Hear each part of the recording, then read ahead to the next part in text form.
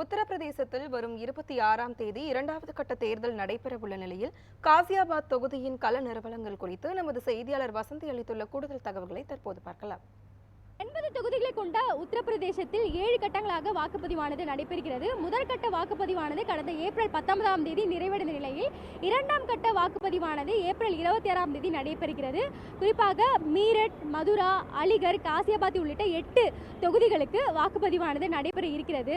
நாம் இருக்கக்கூடிய இந்த பகுதியானது காசியாபாத், அதாவது உத்தரப்பிரதேசத்தின் நுழைவாயில் என அழைக்கப்படக்கூடிய காசியாபாத்திற்கு தான் நாம் இருக்கிறோம். இது டெல்லிக்கு மிக அருகில் இருக்கக்கூடிய ஒரு பகுதியாகவும் பார்க்கப்படுகிறது.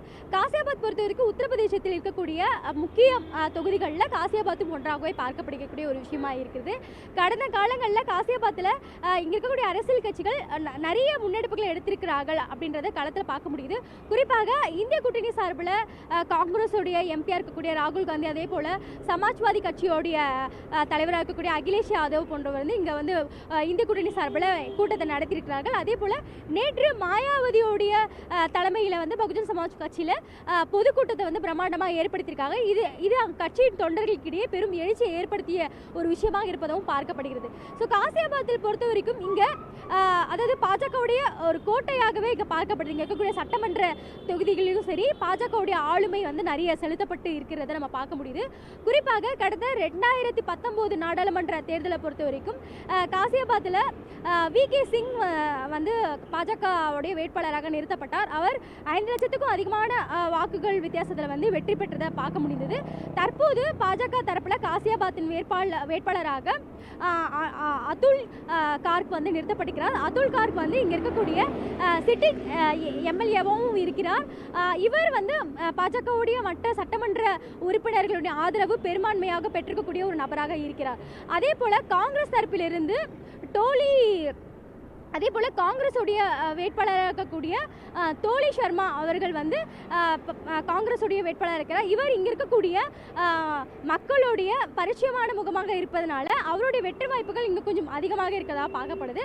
அதே போல் பகுஜன் சமாஜ் கட்சியில் இருந்து கிஷோர் புதீர் அவர் வந்து போட்டி போடுறார். ஸோ இவங்க 3 பேர் வேட்பாளருமே கடுமையான போட்டியாளராகவே பார்க்கப்படுறாங்க. இதில் வந்து பாஜகவுடைய முகமாக முன்னிறுத்தப்படுறது அப்படின்னு பார்த்தோன்னா பிரதமர் நரேந்திர மோடியை முன்னிறுத்தி இந்த தேர்தலை வந்து இங்கே களம் காண்பதனால இங்கு அதற்கான வெற்றி வாய்ப்புகள் பாஜகவிடம் சற்று அதிகமாக இருப்பதாக காசியாபாத்தை பொறுத்த வரைக்கும் பார்க்க முடிகிறது. இருப்பினும் கூடுதல், அதாவது ஒரு டஃப் ஃபைட் கொடுக்குற அளவுக்கு காங்கிரஸும் பகுஜன் சமாஜ்வாதியும் தங்களோட பிரச்சார யூகங்களை வந்து வகுத்து தங்களோட செயல்பட்டு கொண்டிருக்கிறத பார்க்க முடியுது. காசியாபாத்தை பொறுத்த வரைக்கும் இங்கே மக்கள் எதிர்கொள்ளக்கூடிய ஒரு அடிப்படை பிரச்சனை அப்படின்னு பார்த்தோன்னா உள்கட்டமைப்பு வசதிகள் வந்து இங்கே பெரும் அளவு செய்யப்படலை, அதை மேம்படுத்தணும் அப்படின்னு சொல்லப்படுறது. அதே போல கழிவுநீர் பிரச்சனையை இங்கு வந்து அவங்க தினந்தோறும் சந்திப்பதாகவும் அதை மேம்படுத்த வேண்டும் அப்படின்ற கோரிக்கை வைக்கிறாங்க. அதே போல போக்குவரத்து நெரிசல் அப்படின்றது இங்கே அதிகமாக இருப்பதாகவும் அதை சீர் செய்ய வேண்டும் அப்படின்ற ஒரு கோரிக்கையும் வந்து அவர்கள் தரப்பில் வைக்கப்படுகிறது. குறிப்பாக காசியாபாத் என்பது சில காலங்களுக்கு முன்பு சட்ட ஒழுங்கு பிரச்சனை வந்து அதிகமாக இருந்தது. தற்போது பாஜக ஆட்சி அமைத்ததின் பிறகு சட்ட ஒழுங்கு பிரச்சனை வந்து மிகவும் குறைந்திருப்பதாக இங்க இருக்கக்கூடிய மக்கள் தரப்புல வந்து சொல்லப்படுவதனால இது பாஜகவிற்கு ஒரு பிளஸ் பாயிண்டாக பார்க்கப்படுகிறது. ஸோ அதே போல இங்க இருக்கக்கூடிய இந்துக்கள் வந்து 70% இருக்கிறார்கள். அதே போல இஸ்லாமியர்கள் 20%க்கு மேலே இருக்கிறார்கள். ஸோ இஸ்லாமியர்களுடைய வாக்குகள் வந்து சில இது வந்து பாஜகவிற்கு சாதகமாக இருப்பதாகவும் பார்க்கப்படுகிறது. அந்த அடிப்படையில் இந்த மும்முனை போட்டியில் பாஜக சற்று முன்னணியில் இருப்பதாகவும் மற்ற கட்சிகள் அதற்கேற்ற வியூகங்கள் அமைத்து கடுமையாக எங்கள் களம் காண்ப இருப்பதாகவும் சொல்லப்படுகிறது. இருப்பினும் யாருக்கான தேர்தல் இங்கு வெற்றி வாய்ப்பு யாருக்காக காத்திருக்குது என்பதை நம்ம அந்த தேர்தல் முடிவுகள் மூலமே நம்ம தெரிஞ்சுக்க முடியும். உத்தரப்பிரதேசத்தின் காசியாபாத்திலிருந்து ஒளிப்பதிவாளர் சுகுமாருடன் வசந்தி.